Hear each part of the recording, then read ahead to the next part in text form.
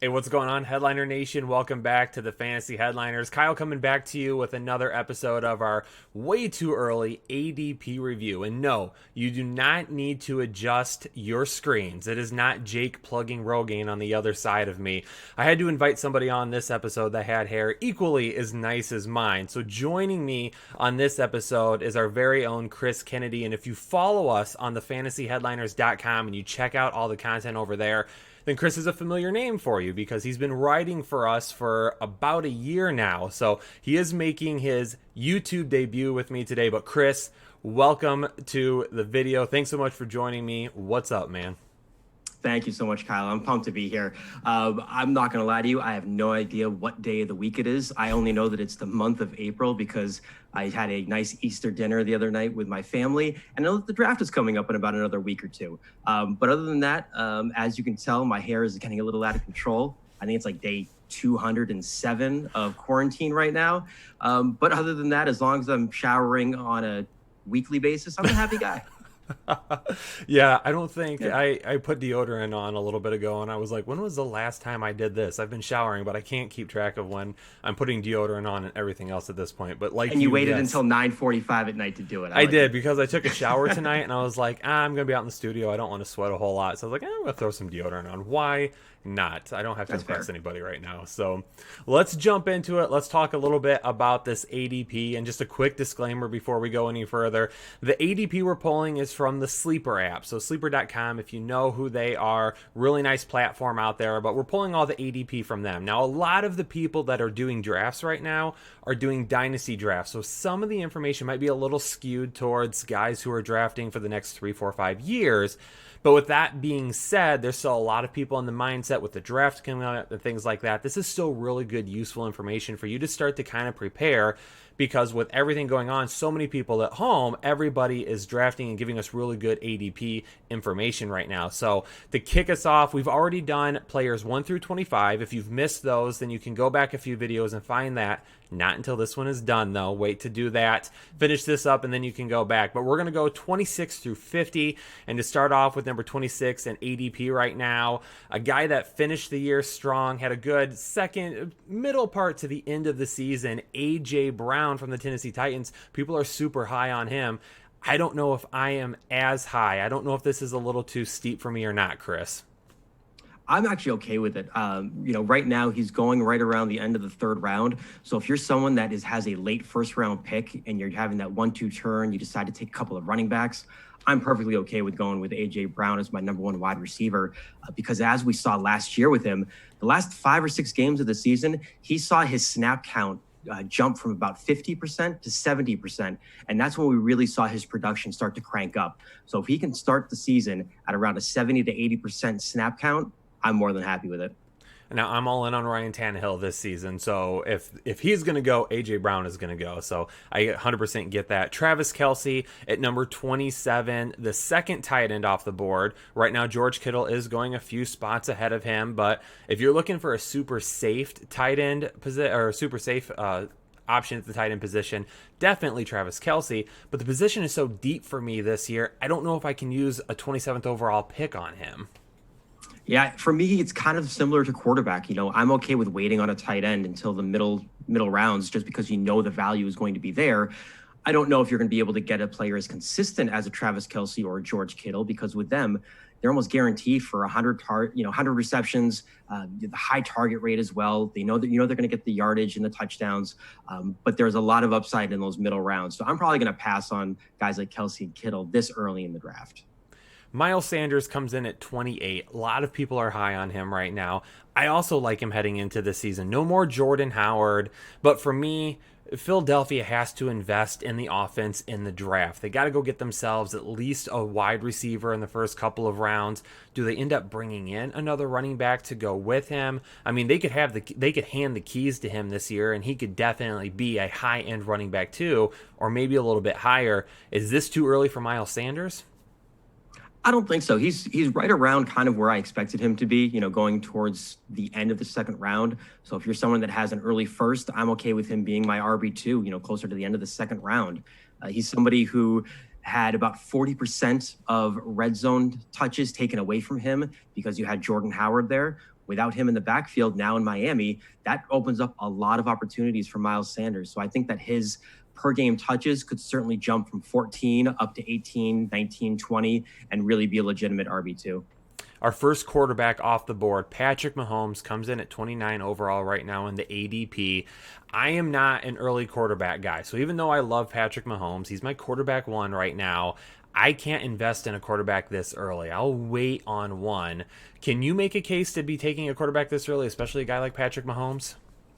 Not in the first 3 rounds for me. If a guy like Lamar Jackson or Patrick Mahomes happens to drop, for whatever reason, drop down to the 5th round, then absolutely, I would probably jump on him at that point. But again, I think there's too much value and there are too many other needs where I want to be filling my running back and wide receiver spots within those first 4 or 5 rounds. Chris, this one pains me a little bit. So my man, Keenan Allen, a guy that I have, supported from the very beginning, even when everybody was saying how injury prone he was and you couldn't trust him. And any other year, getting him at 30 overall, I'd be stoked for. So excited, absolutely happy, my wide receiver one. It feels a little bit different this year, though. I don't know if I'm loving number 30. Can Tyrod Taylor get it done in LA? I don't know. I know that LA has come out and they've shown confidence and said that they have confidence in Tyrod Taylor, especially for the next year or two, maybe not just this year. They do have the number 6 overall pick, and there's a lot of talk about potentially drafting Justin Herbert from Oregon. There's other talks about them maybe jumping up in the draft to take Tua from Alabama. But regardless of who the quarterback is, they're going to have plenty of weapons in LA.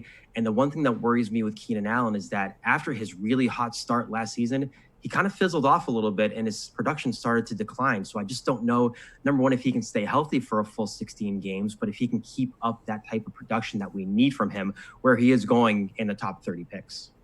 Let's say, for instance, LA does go with Justin Herbert. Now, in our last mock draft that we did, we had LA trading up, but to grab Tua instead. Let's say that, it plays out a little bit differently and it is Justin Herbert. If it's Justin Herbert under the helm there and he starts week 1 for the Chargers, do we feel better about Keenan Allen? Does he become a value at this point? Not for me, unfortunately. I mean, with Herbert, I was really high on him last year, and watching some of his games this year, he just didn't really show up in a lot of the big games that he had in college his final year. Big, strong arm, don't get me wrong, but he gets flustered in the pocket, and he doesn't really make his second and third reads once he gets that pass rush. So that's what I'm a little bit worried about with him this year. I think that it's going to take some time for him to develop. The over and under is 5. 5.5, we'll call it. 5.5 is the over-under. How many balls are going to sail over Stefon Diggs' head from Josh Allen that should have been a touchdown? What do you think? You taking the over or the under there? I'm hammering the over on that. And I would, even if you said it was 8.5 or 9.5, I would still hammer the over on that. Stefon Diggs at 31, the new weapon there for Josh Allen in Buffalo. This one is a little too early for me as well. We're going to talk about a couple of guys coming up here in a minute that I would probably take over him, but changing offenses in the middle of the offseason. Not only that, but we're in a very weird offseason right now. None of these guys are getting to work together. We could see some of the training camp stuff get pushed back or even canceled. I mean, I like Josh Allen for fantasy purposes this year. I'm a lot higher on him this year than I have been in years past. But he still has some accuracy issues, and I don't know if Stefon Diggs is going to be like a high-end wide receiver too this year, like a lot of people are hoping. I don't have Diggs ranked that high. I think he could definitely be, for me, he's more of a low-end wide receiver too, to be honest with you. I think he's going a little bit higher than I'd like him to go. Last year in Minnesota, he just didn't see the targets. And a lot of that was because of their offensive coordinator and their scheme. They really wanted to be a run-first offense from last year. But Diggs has the ability. We know that he's going to get peppered with targets just because, there's Cole Beasley, there's John Brown, Devin Singletary might have an increased role, which we'll talk about a little bit later. But for me, I just don't know how quickly Allen and Diggs will be able to get that rapport together and build that relationship. Lamar Jackson, the quarterback too, he's at 32 right now. Again, just like Patrick Mahomes, this is still a little too early for me to be investing in Lamar Jackson. Terrific season last year, but really you're buying him at this point knowing that you're not really going to get better production. I don't know how Lamar Jackson could have a better year coming up than he did last year. He could definitely grow as a passer and become a better quarterback and do a lot of really great things, but he ran the ball so much this season and had so much success. It's like, is there going to be any kind of a decline there? And if so, 32 is way too high. Yeah, I'm right there with you, to be honest. I think that with Lamar Jackson, the rushing upside is certainly there. I do think that they're going to be addressing a wide receiver, somewhere in the draft, whether it's towards the end of the first round or somewhere in the second round. But they do need to have another complementary receiver other than Marquise Brown and their tight end, Mark Andrews, who's pretty much their wide receiver one. They no longer have Hayden Hurst. So Andrews is certainly going to be the guy there. But with Lamar Jackson, I do see some regression coming this season. Like we saw after Patrick Mahomes had that historical season a couple of years ago. He still had a good year last year, but certainly not to what we saw back in 2018. It's really weird about Austin Ekeler because the guy's coming off a terrific season. He's at 33 in the ADP right now. But even after a great year, it seems like his stock is climbing and people are talking about him even more at this point because Melvin Gordon is gone. But here's my question for you, Chris. Are you going to be putting out any workout videos like Austin Ekeler has been doing now that you have a little free time on your hands? I mean, so how do you think he got that idea? I mean, have you not seen this physique of mine? I'm like 85 pounds soaking wet, and that's including my hair. The best thing was when we were still planning to go to the draft in Vegas, Jake and I messaged Chris one day and it was like, hey, we want you to dress up full suit and we're going to pretend you're a kicker that was just drafted and we're going to walk around Vegas and see if we can get people to buy into it. And all Jake said to me is like, just make sure you pack a shirt and a tie, bring some formal clothing. You're going to be a kicker that goes in like the 5th round, and we're going to see how many people we can, trick to make sure that you were an actually kicker, which is fine because I'm pretty much the same height, around the same weight as a kicker. I just happen to be a little bit older. just a tad bit, just a little bit older than those guys. I could have gotten you guys free drinks and food all night. It would have been great. Austin Ekeler coming in at 33. Let me ask you this, Chris. Let's say now I'm not this type of guy. I love to go running back heavy early in drafts. I like to have my running backs. But let's say you go wide receiver heavy early to start the draft. Are you okay with Austin Ekeler as your running back one at this spot? I am, especially in half PPR and full PPR formats. Last year, he only saw about 14 targets per game, but in those first handful of games that Melvin Gordon was not there because of the holdout, Austin Ekeler got a full workload. He was seeing about 20 touches per game, and he showed that he could be a 3-down back. So I think that without Melvin Gordon there, yes, they do still have Justin Jackson. I don't know if they invest, a high draft pick in another running back where they do have Ekeler, again, who has shown that he can handle the load. And for me, I'm okay with him going as my RB1, where he is going to be getting credit for those receptions because he's going to get a ton of targets. Allen Robinson, even with the great Mitchell Trubisky, who, if you haven't seen, there's some social media posts out there about social distancing as the amount of distance between a Mitchell Trubisky errant pass and his wide receivers. So that's the amount of distance they're wanting you to keep from other people. But Allen Robinson, even with Mitchell Trubisky, had a really good 2019. He's coming in at 34. He has potentially a new quarterback, Nick Foles, now there in Chicago, going to be competing for that starting job. Do we expect some of the same from Allen Robinson this year? Mitchell Trubisky and Josh Allen have a lot in common as far as social distancing with footballs going to the receivers. So, I mean, that's probably the biggest comparison I can make there. With Trubisky, I will say with him going to Allen Robinson, there aren't many other options in Chicago to go with. There's Anthony Miller, who certainly could step up and have a bigger role than we saw with him last year. But I'm really high on Allen Robinson. I think he has great talent, all going back to when he played with the Jaguars. He's somebody that's going to probably get, 120, 130 targets. So the opportunity is going to be there for him. Let's just hope that the overthrown balls are going to be at a minimum. Brandon Cooks out of LA, finally. Kind of talked about it a little bit this offseason. Thought it might be happening. It did end up happening. Cooper Kupp, is he the wide receiver one right now? He is coming in at 35 in the ADP. We're going to be talking about, we'll talk about his teammate Robert Woods in a few minutes, but the difference between Cooper Kupp and Robert Woods, I don't know. I think I'm leaning Robert Woods a little bit right now. I'm actually going Cooper Kupp. I'm expecting big things from him this year. Both he and Robert Woods had over 130 targets last year. So, when you take away Brandon Cooks now in Houston, you have Todd Gurley. Those are some targets that are taken away with him now in Atlanta. I don't know how much of a bigger role Darrell Henderson's really going to have. So it's going to come down to Cooper Kupp and Robert Woods in that offense. With Tyler Higbee also emerging in that offense. I think that Cooper Kupp and Robert Woods are going to be in for some big years. I give the edge to Cooper Kupp just because he's targeted in the red zone that much more. So what you're saying is we're going to have a bet. Okay. You're taking Kupp, I'm taking Woods, half point PPR. Whoever's player has the least amount of fantasy points at the end of the season has to shave their head. Is that what we're saying? Yeah. Yep. And you have to have a handlebar mustache. Oh man, I don't know if I can do it. I'm gonna have to think about that one. All right, at least shave your head. This is all I have right now. So because this is staying.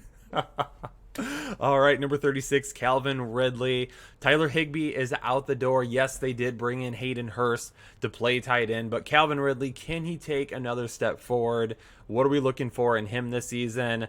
Don't mind this ADP too much, but this ADP feels more like a wide receiver 2 ADP and not a flex ADP.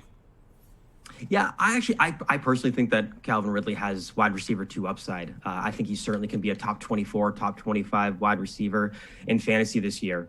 Yes, they still have Julio Jones, who is, arguably still a top 5 wide receiver in the league right now at the age of 30, 31.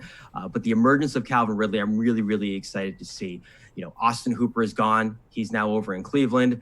Yes, they made the trade for Hayden Hurst, which will give more opportunity. But I really do like what Calvin Ridley can do with his talent.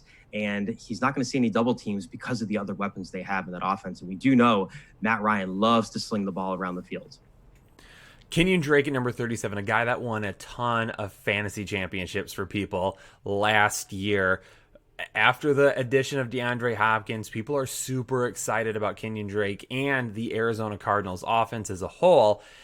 I am tempering expectations a little bit with them just because that offensive line is still garbage right now. So I don't know if I'm investing in Kenyon Drake right here. He definitely has the upside, but for a guy that we've never seen really carry that load for an entire season, it feels a little risky for me. I'm trying to separate my head from my heart here with Kenyon Drake because my heart wants to just poke him in the eye because he cost me a fantasy championship last year as I was going up against him. But my head tells me that he's a darn good football player, and I can't look away from what his ability is on the football field. When he joined Arizona, he had some huge games for them, some multi-touchdown performances as well. And I think he has the potential to be a low-end RB1. I think he could finish as a top 12 running back this year. DK Metcalf at number 38, up above his teammate Tyler Lockett. So a really good freshman season from DK Metcalf. To me, in that Seattle offense, it definitely feels like this year could be a little bit more pass heavy than what we've seen the last couple of years or last few years even. What's going to happen with that backfield right now? Chris Carson, is he going to end up being ready for week 1? Is he going to be 100% for week 1? Rashad Penny is not going to be 100% for week 1. Do they get a running back in the draft? DK Metcalf feels like the safe, consistent wide receiver in Seattle. However, Tyler Lockett still, to me, is kind of that boomer bust guy that could have some really big performances, but could put up a couple of goose eggs here and there as well. Yeah, I'm higher on DK Metcalf, as you just mentioned, from a consistency standpoint. And last year, he was actually the highest targeted wide receiver in the end zone last season. It's just, unfortunately, he and Russell Wilson didn't have that connection, to start the year. So I do like the potential of DK Metcalf. He's a little bit higher than I probably would have him, but I can't fault him being one of the top 20 wide receivers taken. So I did not love this move when it was made, but Melvin Gordon, number 39, a lot of people are like, oh, he's going to end up being the lead back. We've seen reports saying that he's going to be a workhorse, that they're going to give him the rock, that's what they've paid him to do. I don't know. My main concern that I expressed in my video that I did after the news had broke that Melvin Gordon was going to Denver was that maybe he starts off a little bit slow. He's going to have to get used to that change in elevation. He's going from LA out on the water to a mile high in Denver. So there's going to be a little bit of a change there. Has he been able to get in that type of work recently?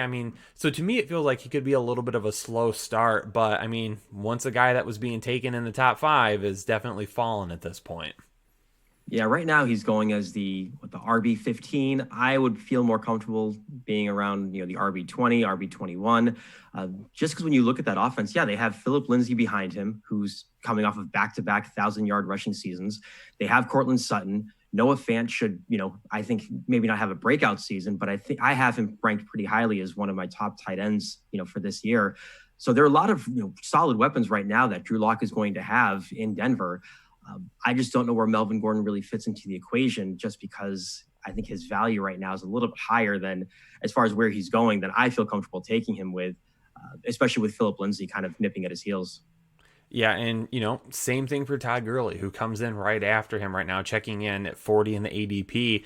Another guy that was a top fantasy asset, just a year or two ago, that people now are like, I'm gonna be a little bit careful with it. However, for me, I love Todd Gurley this year. I think him being in that Atlanta offense means a whole lot.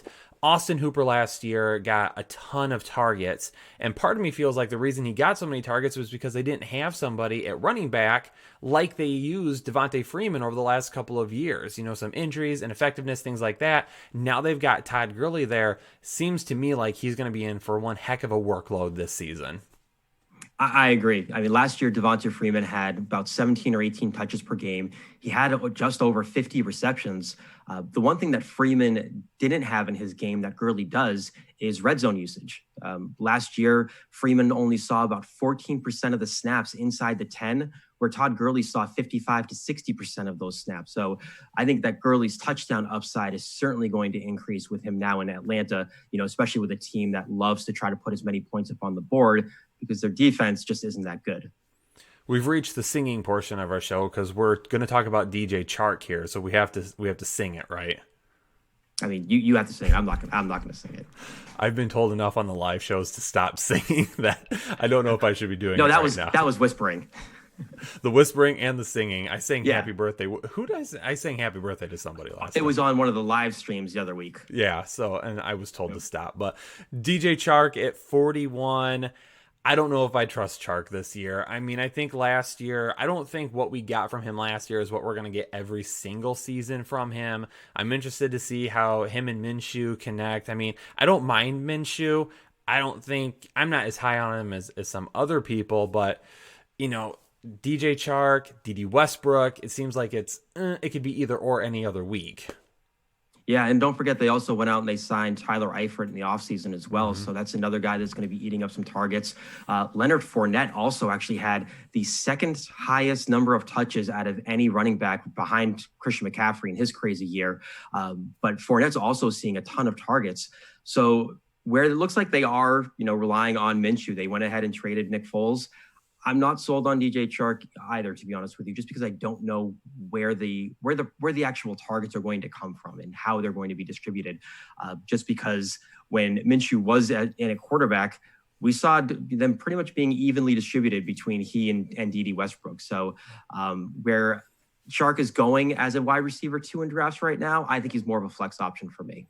Kerryon Johnson at 42. As a Lions fan, I want this to work out. I'm rooting for him, but there's a lot of people saying that the Lions just don't trust him, which I feel like it's hard to trust him because when he's on the field, they didn't give him the ball as much. They kept splitting touches. I don't know if it was because they were worried he was going to get injured.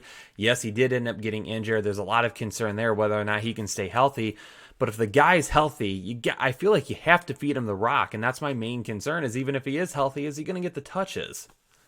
Yeah, that's the only thing too, is that especially in a lot of fantasy leagues now where they are half PPR, full PPR formats, he just isn't involved in the passing game enough for me to take him this high.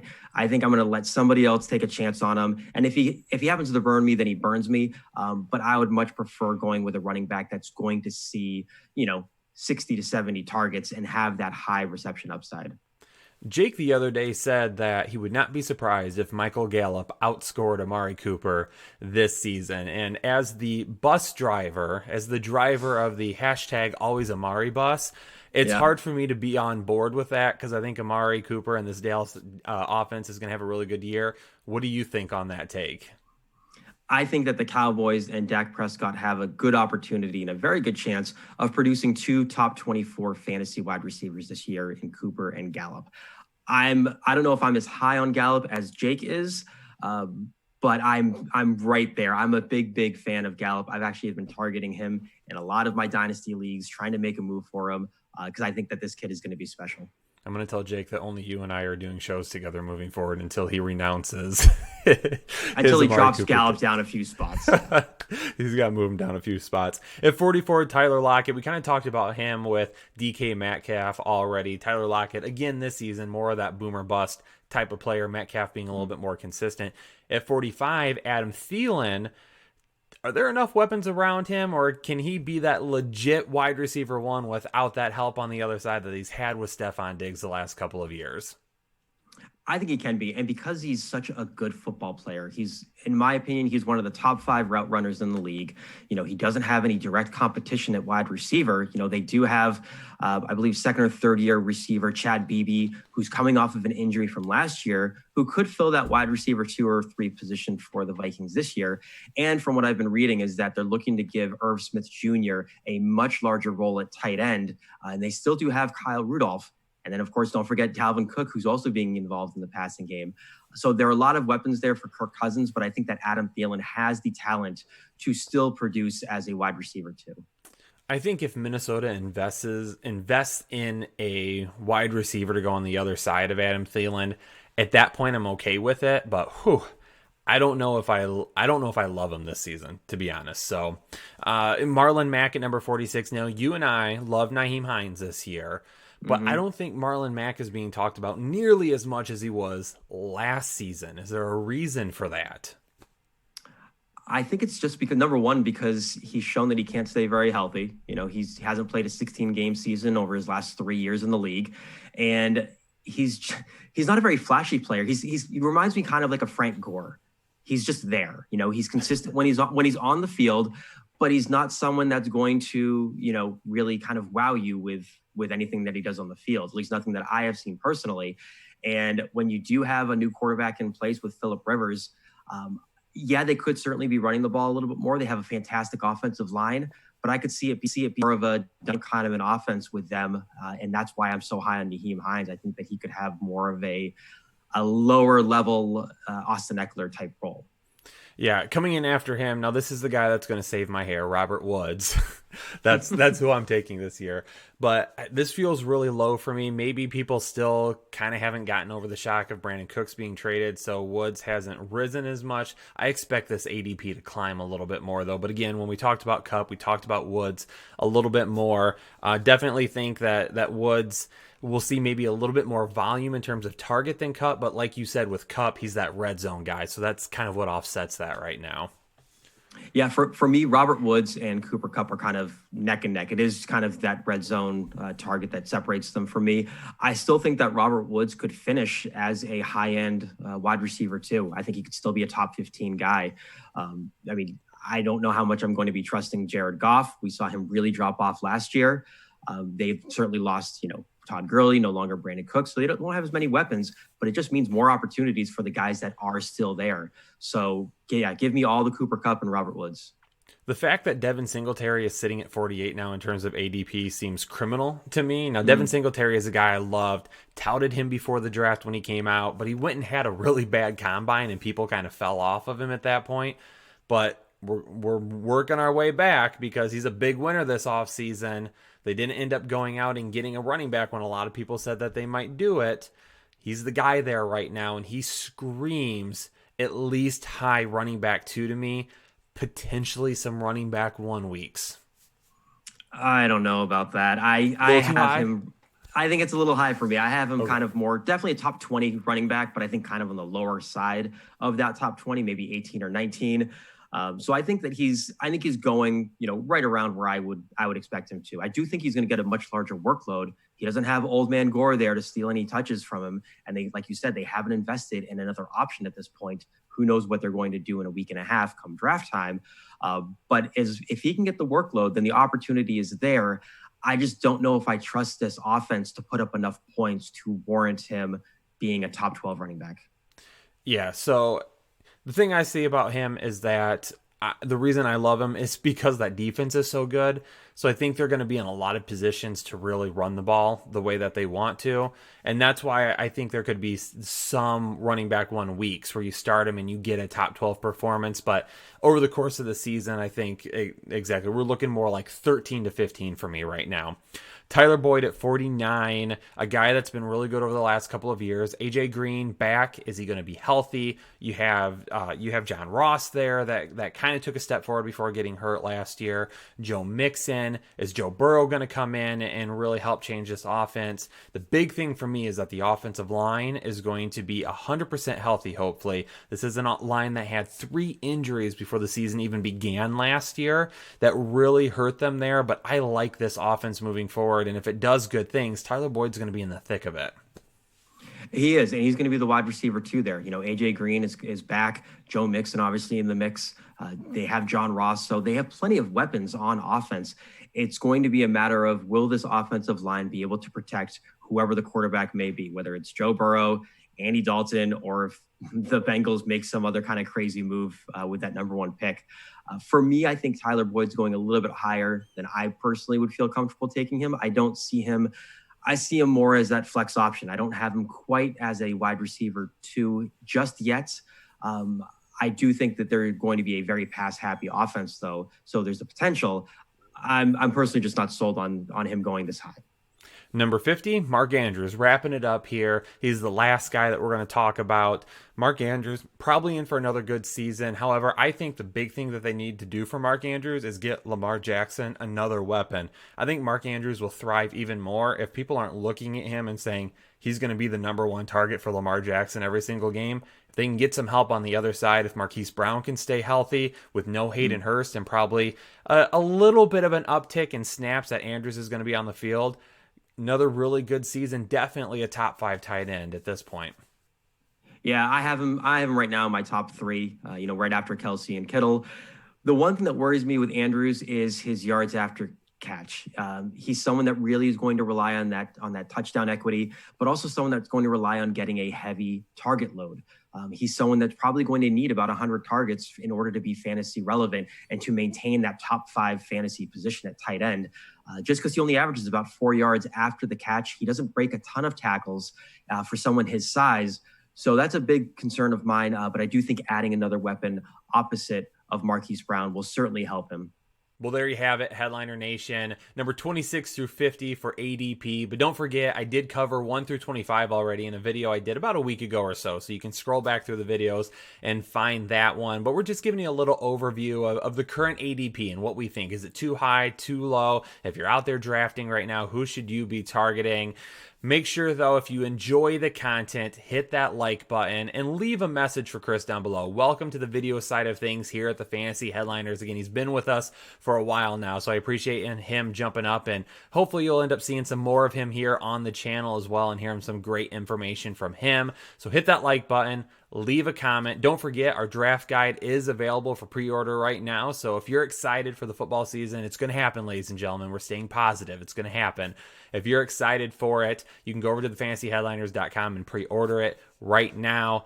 Headliner Nation, thanks so much for tuning in. If you haven't already subscribed to the channel, make sure you do that down below, and we'll catch you on the next episode of the Fantasy Headliners. Have a good one.